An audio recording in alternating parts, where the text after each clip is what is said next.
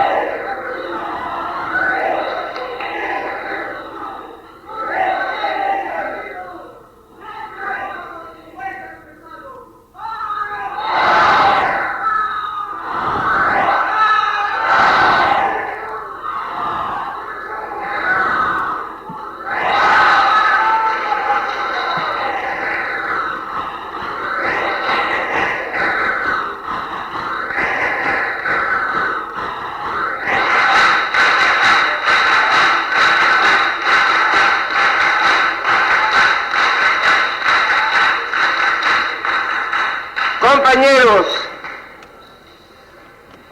sea mi palabra inicial en esta noche conmemorativa de los 50 años de nuestra lucha heroica por la libertad de pensamiento y de afirmación, consolidación y bautismo histórico, como dijo Mediati, del Frente Único de los Trabajadores Manuales e Intelectuales. Mi recuerdo a los que se sacrificaron, mi recuerdo a los que lucharon y ya no están con nosotros, mi recuerdo a todos aquellos que pelearon bravamente en esa noche verdaderamente épica en que por primera vez una dictadura poderosa, una dictadura firme y bien cimentada, tembló ante la fuerza del pueblo y de la juventud.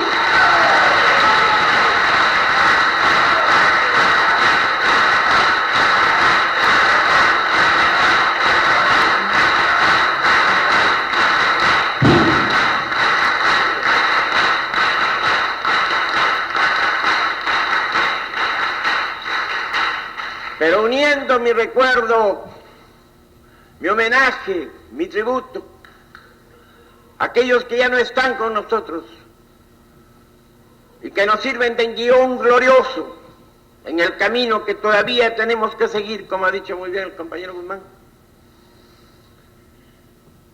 Quiero saludar también a esta nueva juventud, a esta promoción aprista que no había nacido entonces, cuando ya nosotros peleamos.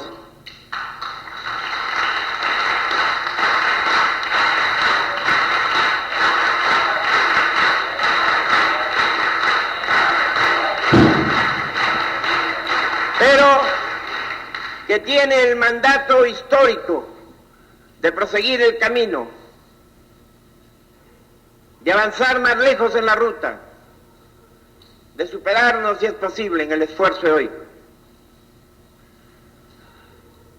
Esta noche es una noche de recuerdos en los que es disculpable la remembranza emotiva, el temblor nostálgico de una fecha inolvidable en la cual el pueblo de Lima nos acompañó al llamado de los estudiantes y de los trabajadores que por primera vez hacían una demostración pública de ámbito y proyección nacional en defensa de la libertad de pensamiento. Pero la fuerza promotora de esta acción conjunta de estudiantes y obreros fue la Universidad Popular González Prada.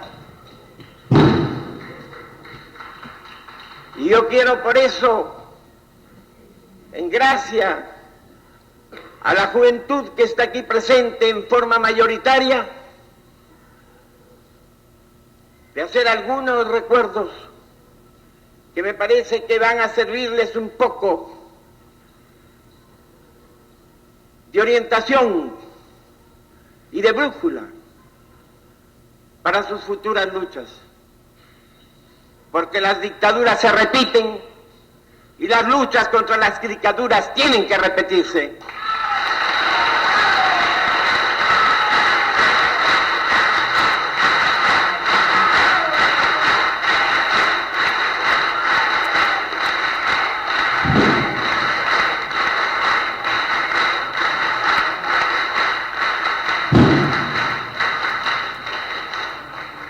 Y el mérito histórico del 23 de mayo es precisamente el de haber significado una lucha desinteresada, una lucha generosa y gallarda, viril y entusiasta de la juventud obrera y de la juventud estudiantil contra una dictadura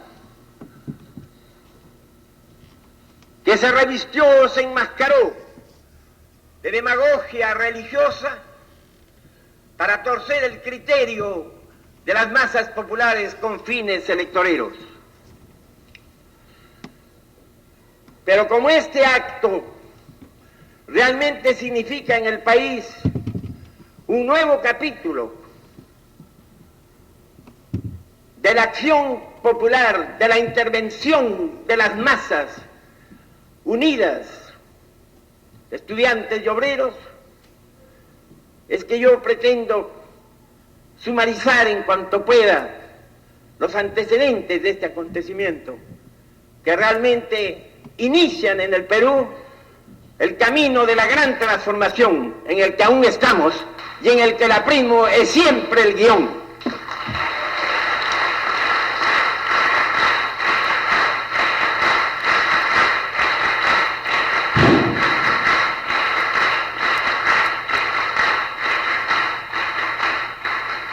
Y hago esta remembranza hoy día en el que ningún diario de los llamados independientes ha recordado siquiera esta fecha histórica, lo cual no nos importa, porque la historia, la verdadera historia de nuestra lucha se escribirá más tarde.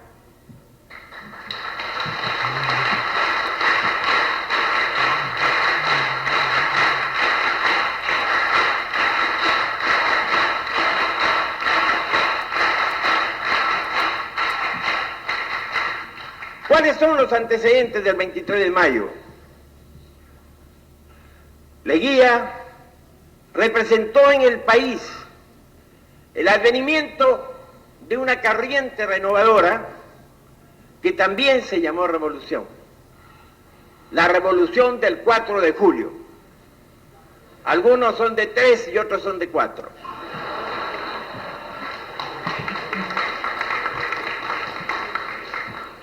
Pero Leguía trajo la bandera de lo que él llamó la patria nueva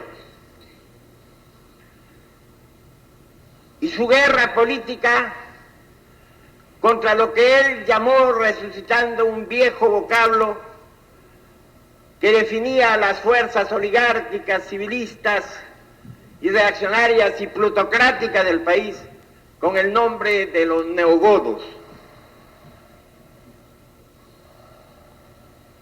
Y esa revolución de Leguía, que fue civil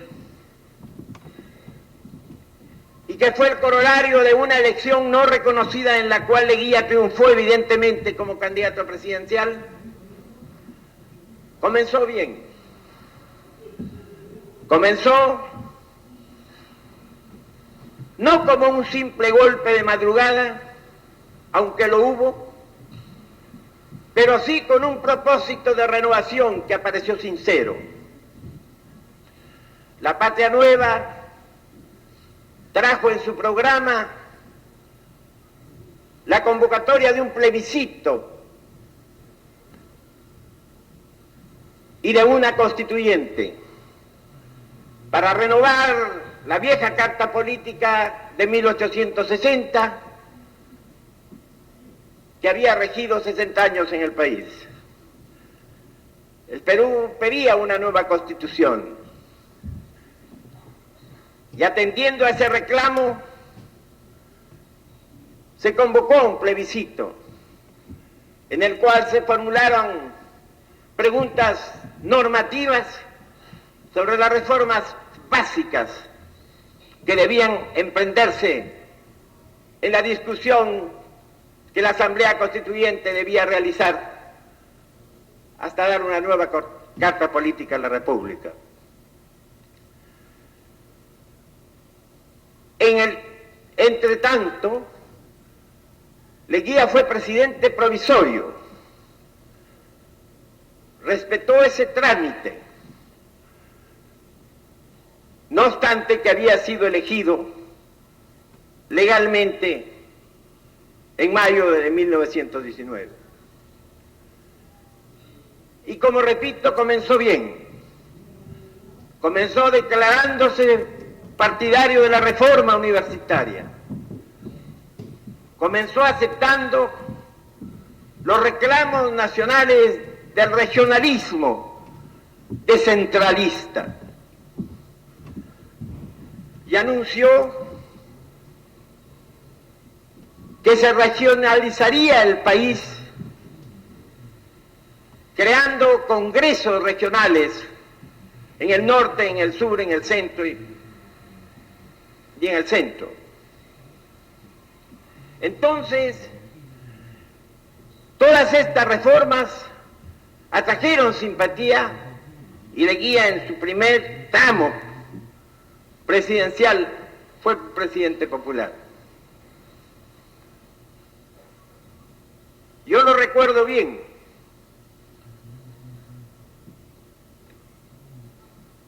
En el centenario de la independencia del Perú, el 1921, Leguía todavía contaba con una amplia popularidad. La gente esperaba, la juventud esperaba. Los congresos regionales se reunieron en el norte, en el centro y en el sur. Parecía pues posible que la democracia iba a ser establecida en el Perú.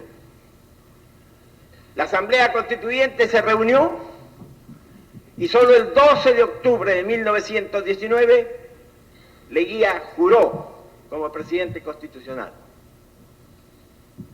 La constitución que emanó de esa asamblea fue la constitución de 1920. En el intervalo, las huelgas universitarias de nuestro movimiento reformista, que se habían iniciado en junio de 1919, antes de la ascensión de Leguía al poder, batallaron resueltamente y triunfaron y llevaron hasta la nueva Asamblea Constituyente sus reclamos, sus exigencias, que se cristalizaron en dos leyes, la Ley 4002 primero y la Ley 4004 después. Con esas leyes se facilitó la victoria de los principios fundamentales de la reforma universitaria: el cogobierno, el derecho de tacha a los malos catedráticos, la democratización universitaria, la supresión de los premios y contentas, de los privilegios y de las pequeñas grupos de favoritos que caracterizaban a la vieja universidad. El espíritu de Córdoba, el espíritu de la reforma universitaria argentina entró en San Marcos. Y nosotros logramos esas victorias. Y nosotros llegamos en esos momentos a dar a la reforma universitaria surgida en la Argentina un cariz nuevo. La reforma universitaria argentina había proclamado la democratización de la universidad latinoamericana. Nosotros añadimos a esa democratización el propósito de dar a la reforma una proyección social y de ir con la avanzada de la Universidad Popular anunciando lo que debía ser en definitiva la reforma universitaria en un futuro de realizaciones justas. O sea, popularizar la universidad y entregarla al pueblo a fin de que no quedaran grandes sectores de la población civil sin posibilidad de entrar en las universidades por limitaciones económicas que colocaban a la juventud siempre en un rango de privilegio cuando ella podía ingresar pagando derechos en los claustros universitarios.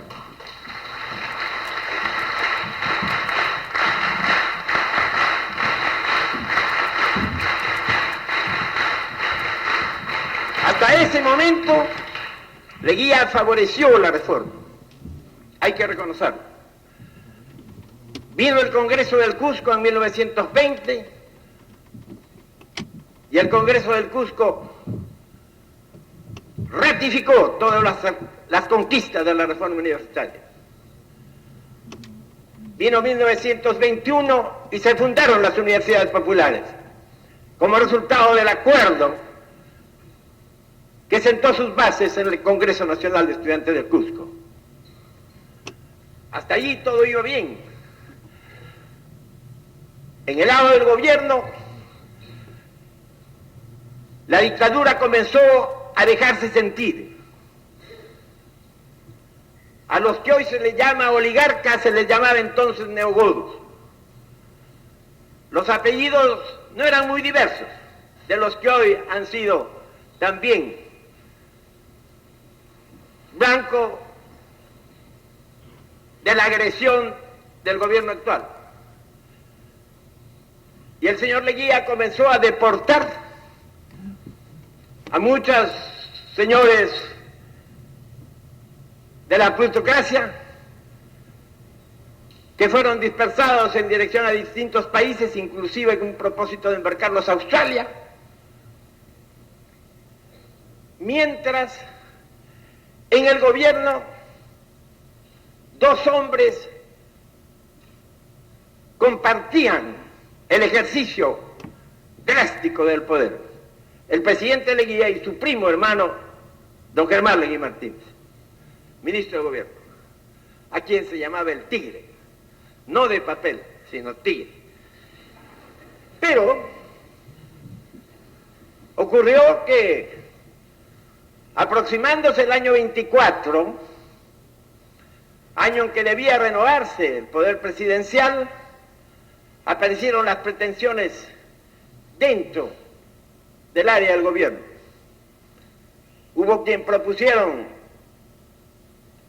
al señor Leguía Martínez como candidato y hubo quienes propusieron una reforma constitucional para que el señor Augusto Leguía fuera reelegido. Surgió el conflicto y entonces la querella entre los dos primos produjo la separación y más tarde la deportación de uno de ellos, del ministro Leguía Martínez. Es aquí, en este momento, cuando dentro de los planes reeleccionistas del presidente Leguía se inicia una serie de maniobras de diverso tipo a fin de captar opinión para que la Constitución fuera reformada, para que la reelección fuera permitida, para que el señor presidente Leguía fuera reelecto y para que todo aquel que se opusiera fuera considerado pues como enemigo de la patria nueva, en lenguaje contemporáneo contrarrevolucionario o saboteador de la revolución.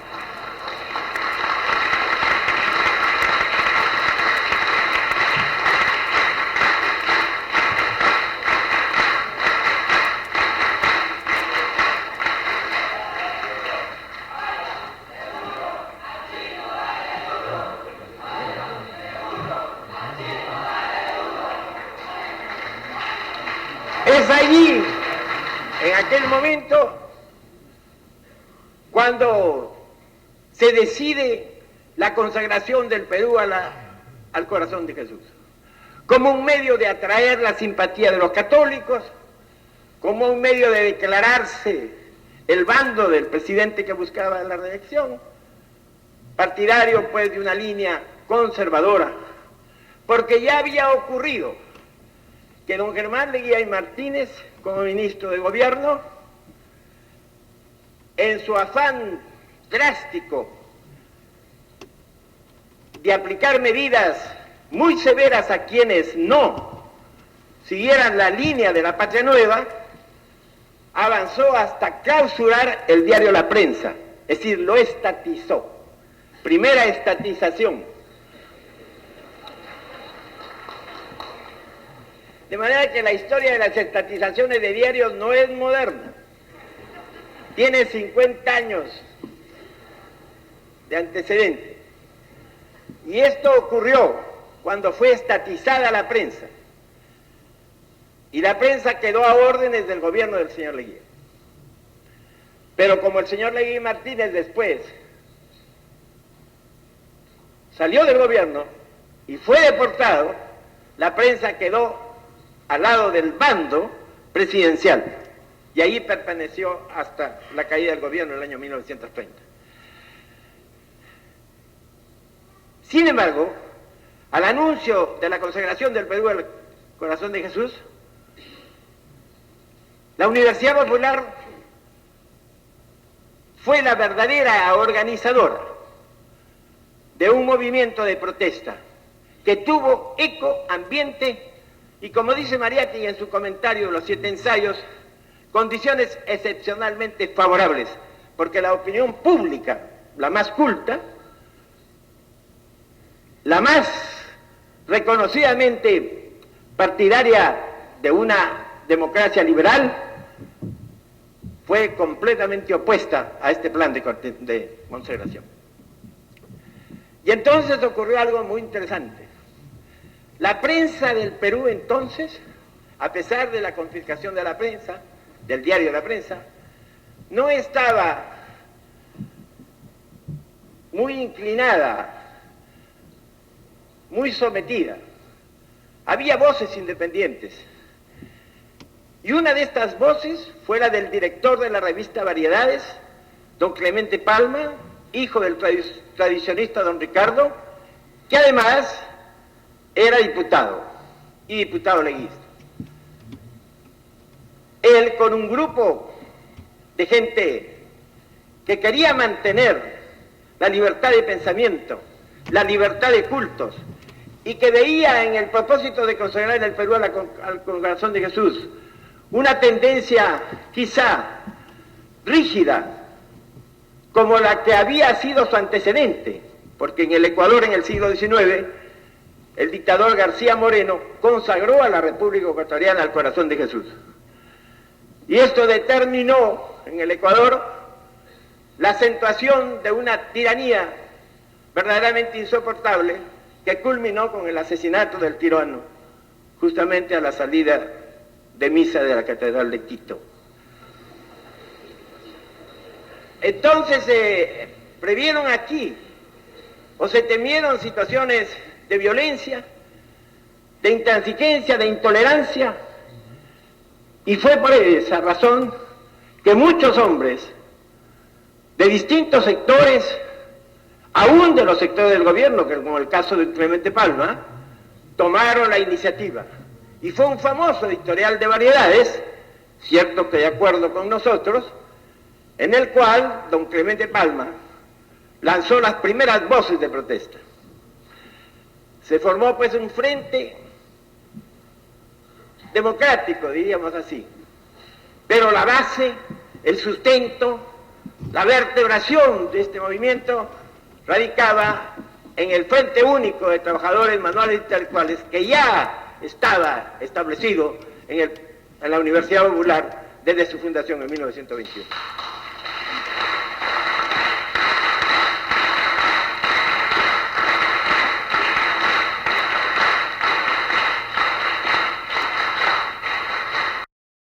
juventud universitaria fue la que actuó y convocó la asamblea que se realizó en el General de la Vieja Casona de San Marcos, en el amplio general, que en una noche como esta, hace 50 años, llenó compactamente no solamente el Paraninfo, sino todos los patios adyacentes.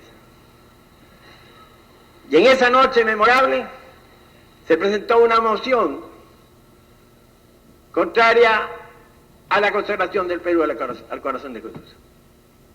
A la salida de esa demostración, en el parque universitario se dividieron las muchedumbres, porque en realidad se trataba de una gran multitud,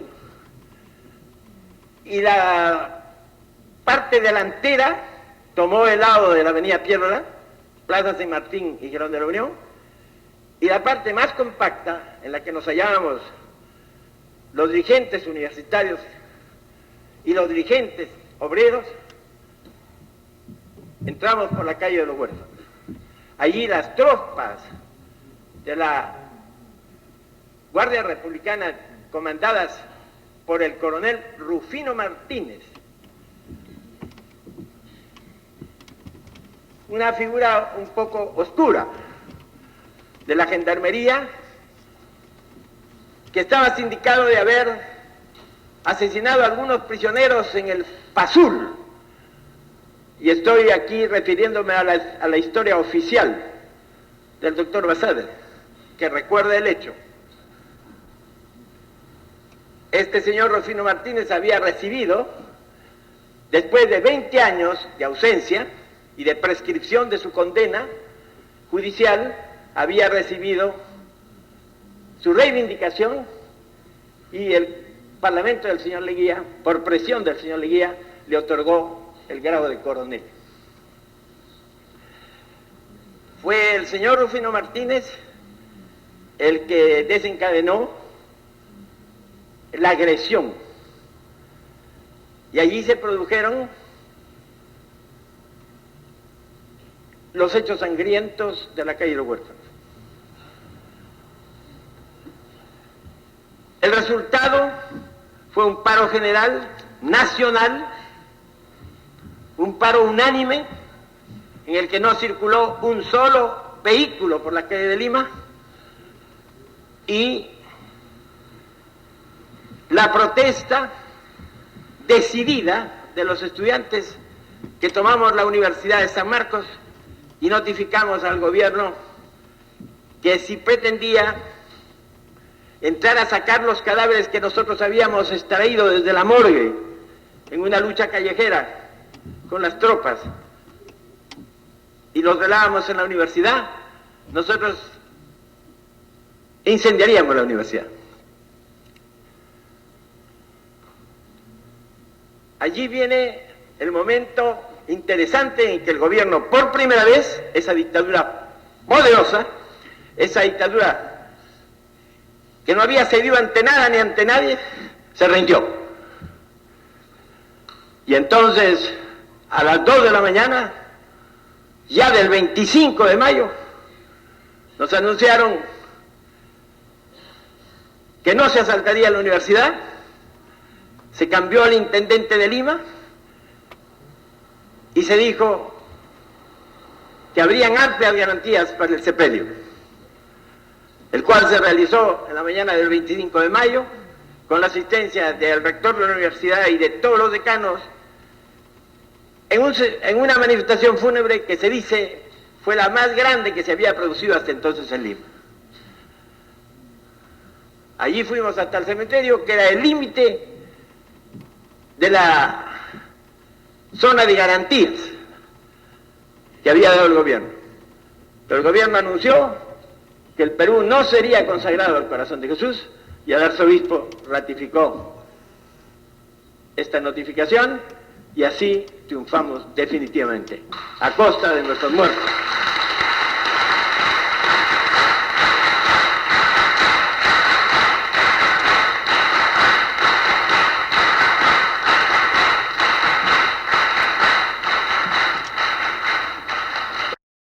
efecto político, la trascendencia social de estos hechos son fácilmente imaginables frente a un gobierno fuerte, duro, agresivo, dictatorial.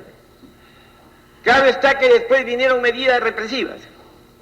Salimos al destierro los iniciadores y los protagonistas. Se clausuró la Federación de Estudiantes, se clausuró la Universidad Popular.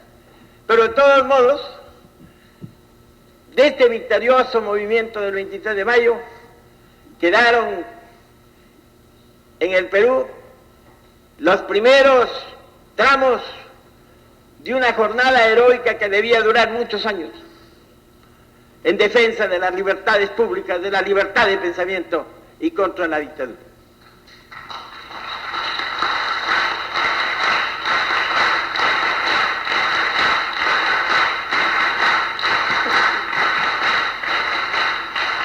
He hecho este breve recuento porque, sin duda alguna, el movimiento del 23 de mayo marca el inicio de una nueva actitud social, tanto de los estudiantes como de los trabajadores. La Universidad Popular asumió así una personería verdaderamente definida y ratificatoria de nuestra interpretación social de la reforma universitaria. Y por eso, de ese frente unido, sellado con sangre, el 23 de mayo, quedó sentada la base y afirmado el fundamento del APRA como Frente Único de Trabajadores Manuales e Intelectuales del Continente y como Alianza Popular Revolucionaria Americana.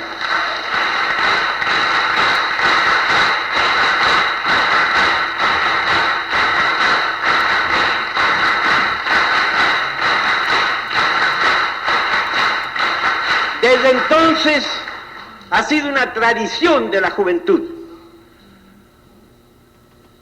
ir cada año a la calle de los huérfanos y poner unas flores en el sitio donde cayeron nuestros muertos e ir después al cementerio y rendirles un tributo. Este homenaje nunca ha sido interrumpido. No lo fue ni al año siguiente, el año 1924, cuando yo ya me hallaba desterrado. Y yo tengo una revista que se tituló Mundial, que publicó un fotografado de una página entera que reproducía el homenaje multitudinario que se rindió en el primer aniversario del 23 de mayo en 1924.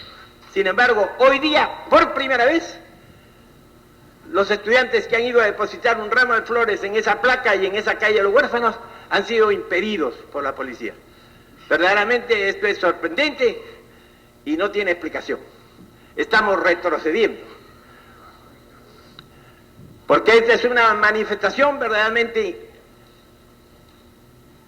incalificable, porque es un tributo anual, tradicional, que precisamente al cumplirse los 50 años de la matanza del 23 de mayo, tenía más legitimidad y más autoridad para realizarse.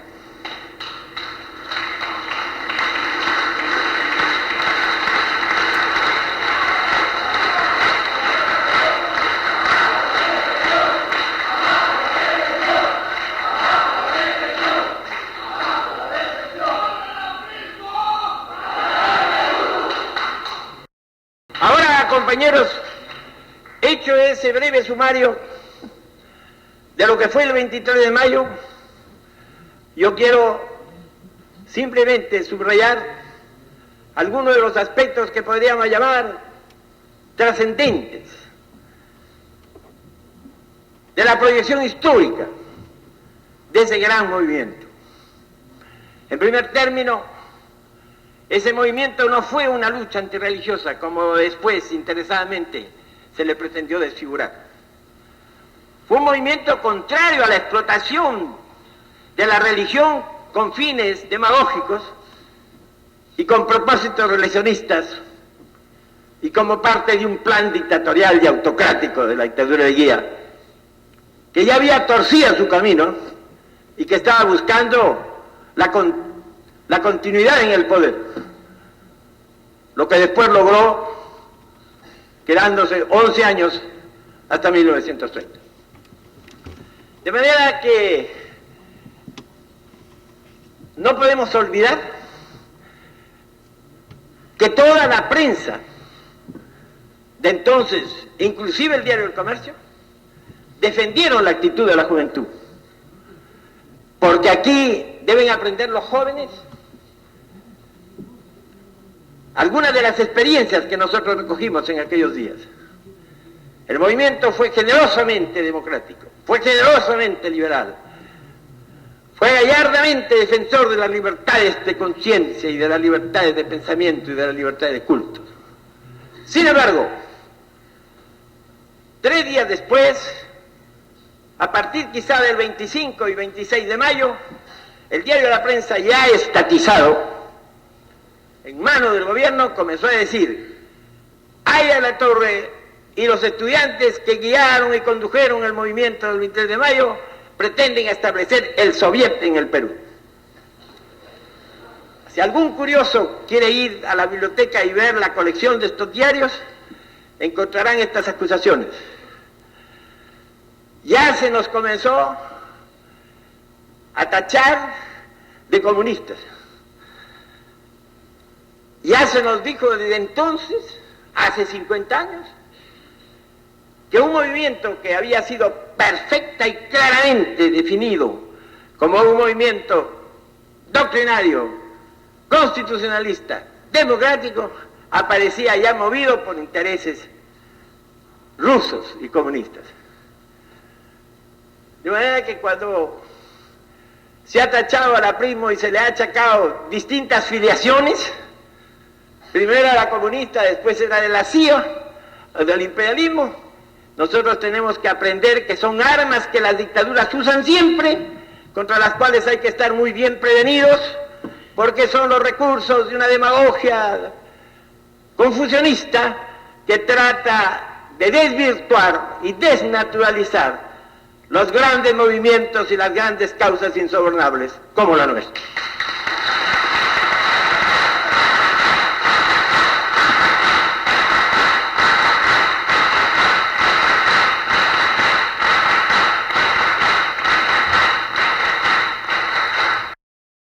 Pero de ahí arranca, y de ahí proviene, compañeros, no solamente el hecho de que se constituyó así y se soldó con sangre de mártires el gran frente de obreros y estudiantes, precursor del gran frente de trabajadores manuales intelectuales, que después consolida el APRA y lo convierte en el eje y en el motor de un movimiento continental, sino que también allí se perfila y se define la posición aprista, su posición revolucionaria, pero su posición democrática y constitucionalista, su defensa de la libertad, porque como lo ha aludido el compañero Malma, en esa época las fuerzas de los trabajadores estaban dirigidas, inspiradas y disciplinadas por un sano e incorruptible movimiento anarcosindicalista.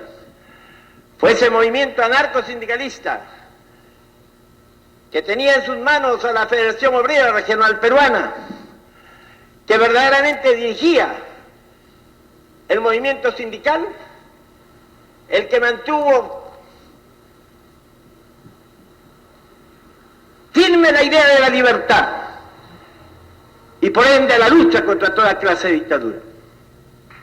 Esto es muy importante porque fue posible en nuestra lucha del 23 de mayo una acción efectiva de estudiantes con trabajadores, porque la central obrera era una, porque la central obrera no había sido dividida ni pulverizada,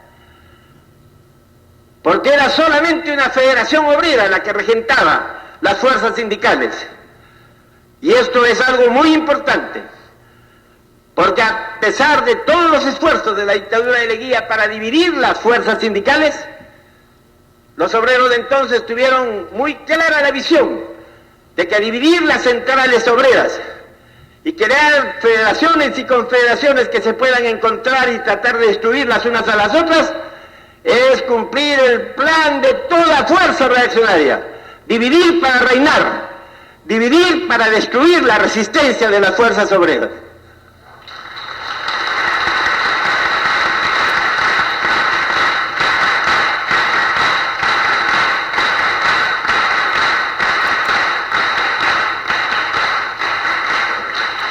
Y ahí extrajimos pues nosotros esta enseñanza: las fuerzas obreras deben mantenerse unidas, las centrales sindicales no deben permitir divisionismo,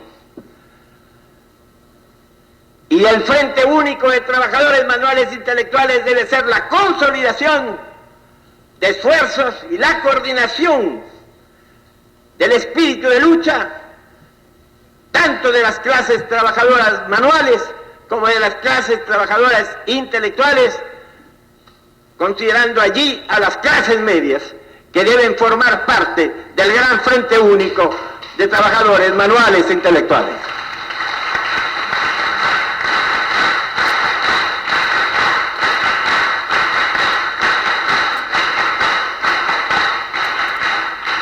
Allí aprendimos nosotros la primera lección de cómo es que hay que organizar un movimiento en los países en desarrollo.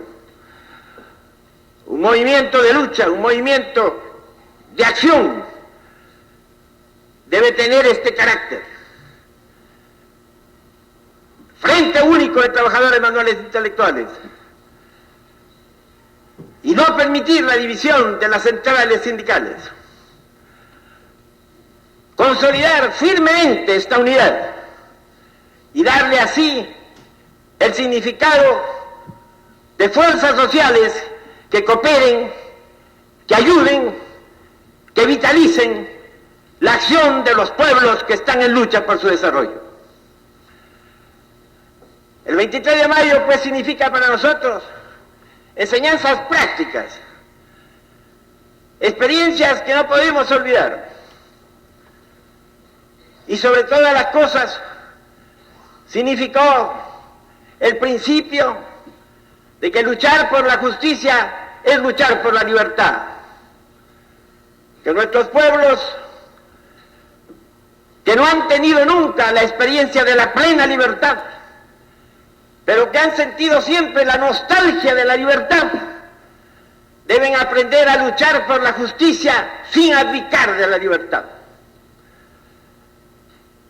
La justicia a cambio de una dictadura, de una tiranía, de una promesa de espérate, que ya vendrá el día en que tendrás tu democracia plena, es una estafa, y contra ella hay que luchar si somos verdaderamente revolucionarios.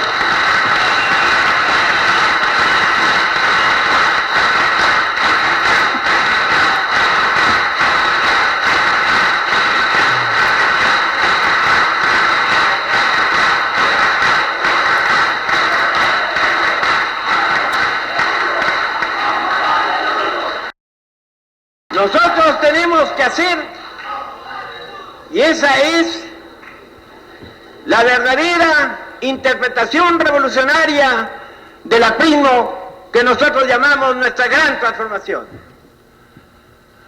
Nosotros no pertenecemos al área de países euroasiáticos que no han tenido nunca experiencia de libertad. Dejemos a esos países que siempre vivieron bajo tiranías, que sigan ensayando lentamente sus esfuerzos para liberarse de esas tiranías. Pero nosotros somos de otra extracción histórica. Nosotros pertenecemos a los pueblos de América, cuyo ideal fue identificar desde el principio la definición de democracia con la definición de libertad y de patria. Nosotros no queremos tampoco una justicia sin esa democracia, sin esa libertad. Y eso es lo que fue y ha de ser siempre para nosotros la inspiración inicial de nuestra primera alianza con los obreros anarcosindicalistas, que se llamaron orgullosamente libertarios, porque ellos concibieron el ideal de justicia como un ideal íncito e inseparable del ideal de libertad. Aquí se nos ha querido decir, y se nos quiere todavía hacer aprender, que para conseguir una verdadera justicia hay que prestar un poco la libertad, hay que empeñarla, hay que hipotecarla y esperar para cuando venga la justicia con libertad como el santo advenimiento. Nosotros concebimos esta nueva doctrina, la doctrina de una justicia inseparable de la libertad, y arranca este propósito y este ideal y esta esperanza, arranca desde los días iniciales de nuestro Frente Único de Trabajo. Más austera, más meritoria de la dirección obrera estaba en manos de los anarcos sindicalistas, discípulos de González Prada, herederos de una buena tradición libertaria, ese grupo de obreros que formó la base con nosotros y el cogobierno de la Universidad Popular González Prada, nos enseñó este principio. Se puede alcanzar la justicia con la libertad.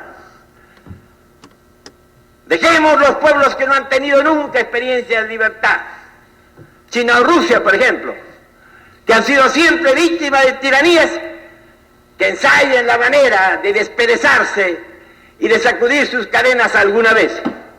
A ellos sí se les puede decir, vamos a tener justicia y sin libertad por un tiempo. Nosotros no tenemos por qué aceptar esta transferencia de doctrinas ajenas, foráneas, extrañas a nuestra realidad. La tradición de América es la tradición de luchar por la justicia a tiempo que se lucha por la libertad.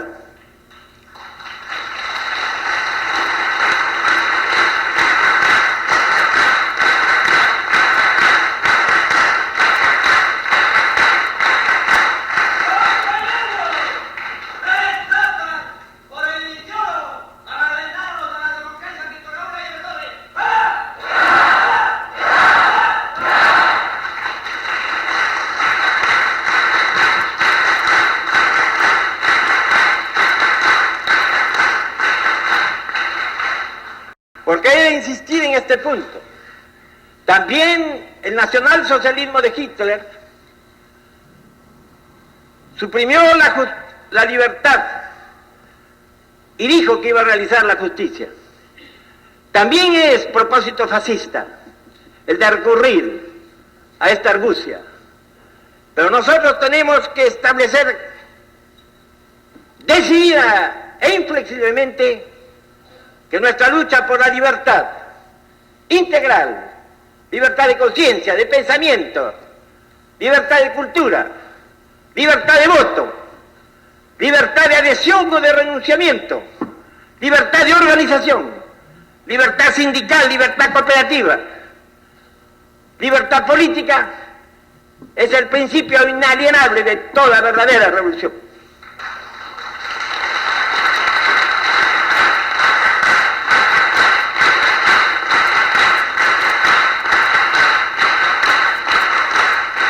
Ese es, pues, el significado fundamental del 23 de mayo, la lucha por la libertad. No fue una lucha contra Dios, como se dijo, fue una lucha en nombre de Dios para la afirmación de la libertad.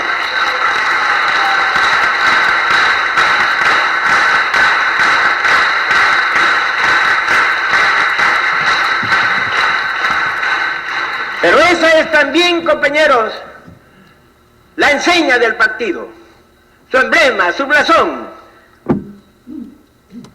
Y esto es lo que tenemos que enseñar nosotros, trabajadores, estudiantes, clases medias, integrantes todos del partido. Hay que luchar por la libertad. Hay que luchar por la libertad de opinar, por la libertad de disentir, por la libertad de votar, por la libertad de protestar.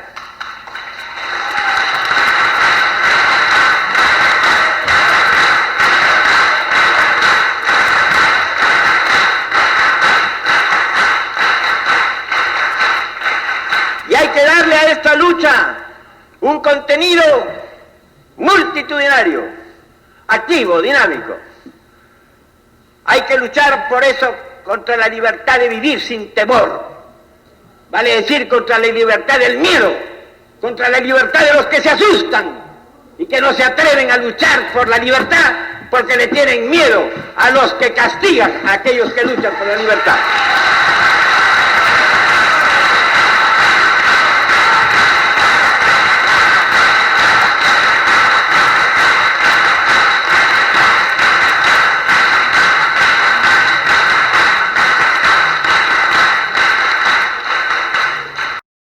Eso es, compañeros, lo que nosotros extrajimos de esta lección de sangre del 23 de mayo. Lección de juventud, lección de lucha desinteresada, sincera, insobornable, heroica. Y por eso es que nuestra generación, esta generación que todavía ha podido sobrevivir 50 años, para contar el relato de lo que pasó entonces, es una generación en la que todavía hay gentes que tenemos la voluntad de trabajo, la voluntad de lucha y la voluntad de seguir peleando y de morir otra vez.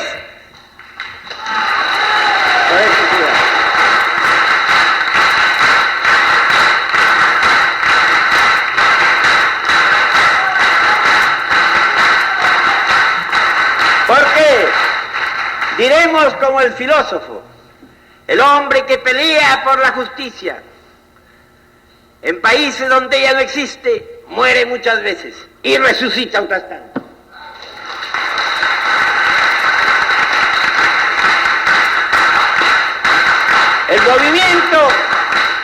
El movimiento aprista es eso, es una lucha, pasión y muerte y resurrección al tercer día muchas veces, contra la injusticia y contra el abuso y contra la violencia.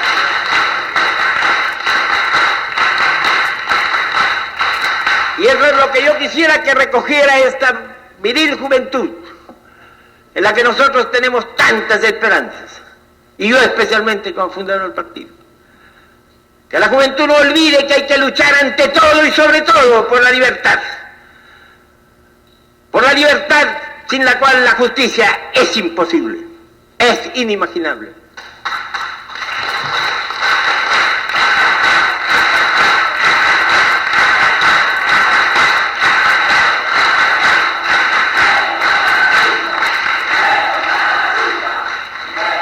Por eso, compañeros, nosotros hemos dicho gratuidad de la enseñanza, porque gratuidad de la enseñanza significa darle al hombre que todavía está encadenado con los grillos de la ignorancia, darle la aptitud de ser más libre. Nosotros tenemos que luchar porque este país se emancipe o emancipe a su pueblo de lo que significa para nosotros el baldón de la peor de las tiranías, la ignorancia, la subsistencia de 5 o 6 millones de peruanos que no saben ni escribir. Por eso nosotros tenemos que seguir peleando, porque ese es el principio de nuestra lucha por la libertad. No puede haber conciencia libre si la conciencia está encadenada por la ignorancia. Nosotros necesitamos liberar a nuestro pueblo de la ignorancia para que conozca sus obligaciones y sus derechos. Nosotros necesitamos continuar la batalla que inició la Universidad Popular en 1921, que es la batalla por la cual nosotros hemos peleado siempre, porque queremos eso, queremos que el pueblo peruano sea libre, libre en su mente, libre en su voluntad de acción, libre en su derecho de capacitarse para gobernarse a sí mismo.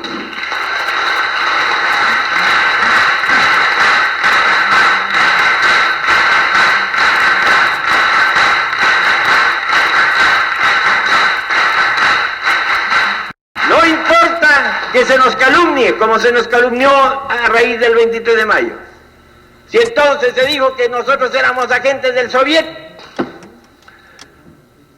ahora que no pueden decir eso porque sería imposible, porque los agentes del Soviet están en otro campo de venta.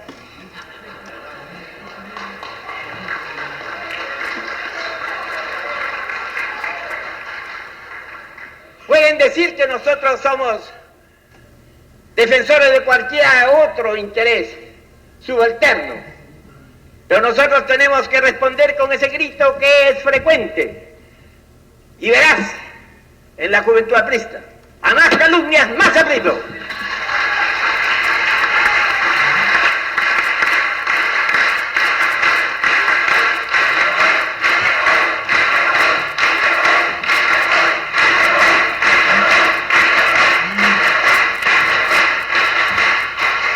A más aprismo, más lucha por la libertad, que es la lucha por la justicia. Compañeros, solo así se puede conmemorar un cumpleaños de 50 años de edad. Nuestro Frente de Trabajadores Manuales Intelectuales tiene esa edad. El compañero Mal me ha dicho que son las bodas de oro. Es la juventud de oro del partido. Sigue siendo joven, sigue siendo fuerte y sigue siendo unido. Y eso es lo que nos importa.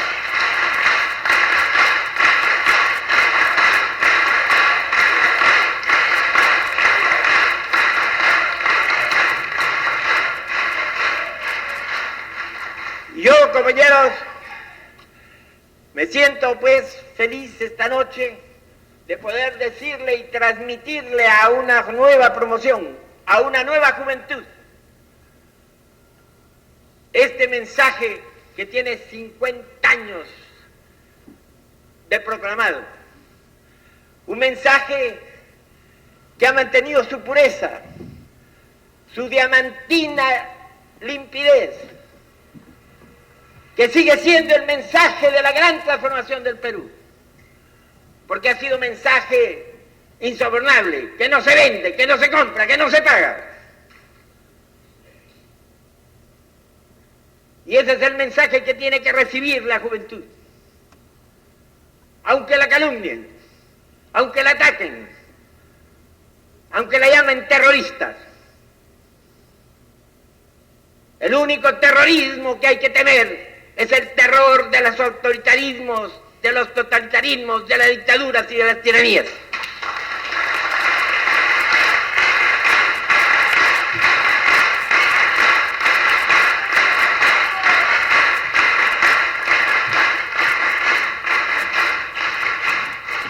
Y esos son los principios morales que aprendimos con sangre. Esas son las fuerzas imperecederas que mantienen al aprismo poderoso, permanente. Ese aprismo que nunca muere. Ese aprismo que no necesita transfusión de sangre. ¿Por qué?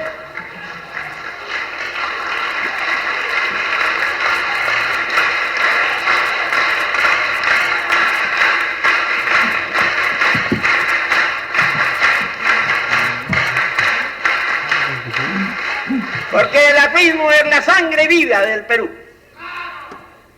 Es la sangre de su pueblo. Es la sangre derramada muchas veces desde el 23 de mayo. En inmolación de una causa de justicia. Por eso es que yo tengo que referirles que después de la lucha dura de aquellas noches y de aquellos días, en esa revista Variedades, que salió después de los sucesos del 23 de mayo, vi una imagen en un grabado en que aparecía parte de la figura del corazón de Jesús con la mano ensangrentada. Y bajo ella, Clemente Palma había escrito una letrilla que me llegó al alma, porque me pareció la advertencia y el lema que condenaba la explotación de la medida contra la cual nosotros habíamos luchado. Era la imagen del corazón de Jesús, con la mano ensangrentada, y palabras como estas que decían: Señor, esa sangre que en tu mano ves no es la de tu divino corazón, es la que sin justicia y sin razón se vertió el 23.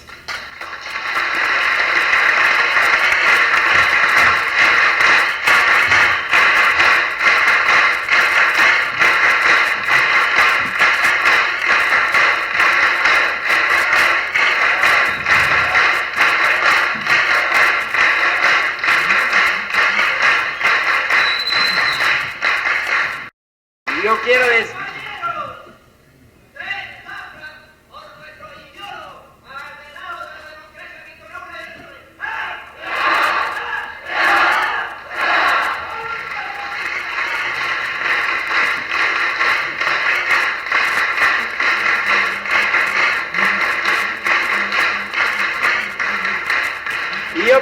decirles, compañeros, que en recuerdo de aquellas palabras y en memoria de aquella sangre, les pido a ustedes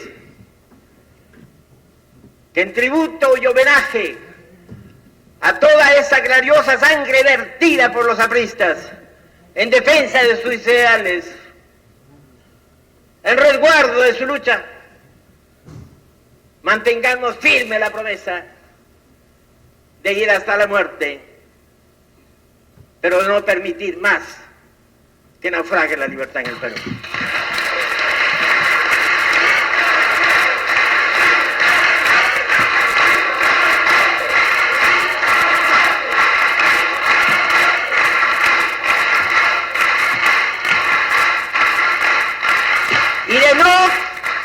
Y de no permitir, sobre todas las cosas, que en nombre de la justicia se conspire contra la sagrada libertad del Perú, que es su independencia,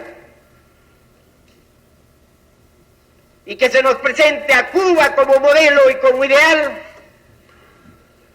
o a Rusia o a China como mecas a donde debemos ir en peregrinación de enseñanza.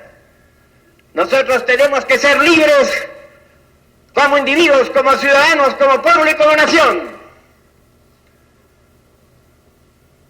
y estar seguros de que conseguiremos nuestra libertad y conseguiremos nuestra justicia sin tutelas, sin coloniajes, sin imperialismos, sin enseñanzas que disfrazadas de tecnología vienen solamente a conspirar contra nuestra independencia y a socavar las bases de nuestra soberanía.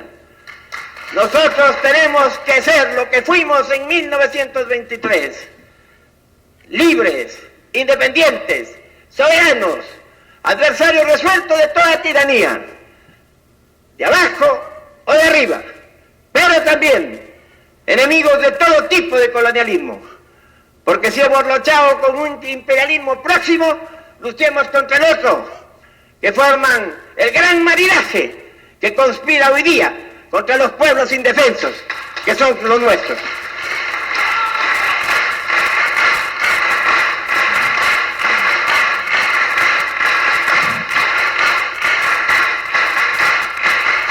Como peruanos tenemos el derecho a velar atentamente por nuestra soberanía, a luchar resueltamente contra todo tipo de imperialismo y a identificar siempre la justicia con la libertad. Eso es lo que yo recojo en esta noche de rememoraciones y de requiem por los muertos, por los mártires, por los que dieron todo con la esperanza de que nosotros realizaríamos los ideales por los cuales ellos se criticaron.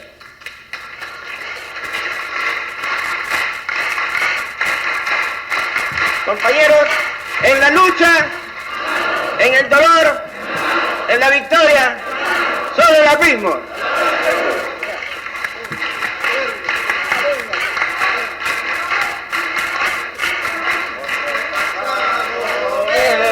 Vergonzante de la doctrina surge ya, es ya realidad liberante, que ha fundido en Cristo la verdad, que ha fundido en Cristo la verdad. Tatuaremos con sangre en la historia nuestra huella pujante y triunfal. Quedarán los que luchen mañana, libre ejemplo de acción contra el mal. Pero vamos a buscar la nueva religión, la alianza popular conquistará la ansiada redención que vivirá para compañeros. La alianza popular, militantes puros y sinceros, prometamos jamás desertar, prometamos jamás desertar, y afirmemos la fe en el afirmo que debe sin descanso luchar la amenaza de